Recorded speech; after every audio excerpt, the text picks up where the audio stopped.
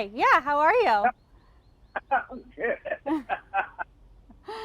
So, question for you. As chef and recipe developer, what's a good way to spark creativity for cooking at home, especially now when it feels like we're all eating the same thing over and over again? Every day, right? So I get this question all the time from my readers on my website. I would say the easiest way to start is to open up your pantry, see what's in there, and then get super creative with what you have. Like, we all have some staple ingredients. We've all got bumblebee tuna, we've all got pasta or quinoa or some sort of grain, so you can use those things and make something really delicious. So, what are a few commonly overlooked items in the pantry that can help mix up at home a good meal routine?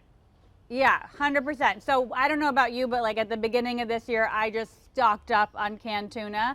And I also like pasta and quinoa, like I mentioned earlier. I also have salsa on hand. So then you can use that to make any sort of recipe. Like, I've made these poblano stuffed peppers with tuna, quinoa, cheese, salsa. They are phenomenal.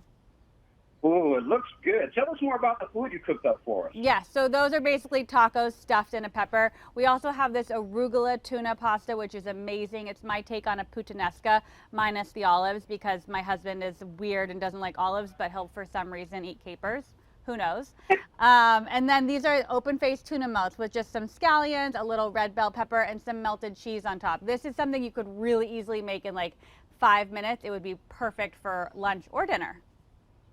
Now, for those of us who are still on the go or eating lunch at the desk, what do you suggest? Totally. So I would say, like, grab a packet of tuna. The lemon pepper is my personal favorite. You could put it over a bed of spinach, a bed of arugula, put a little olive oil or vinegar on top. Like, done. You've got a protein packed lunch. It's going to keep you full for the rest of the day until dinner. You're solid.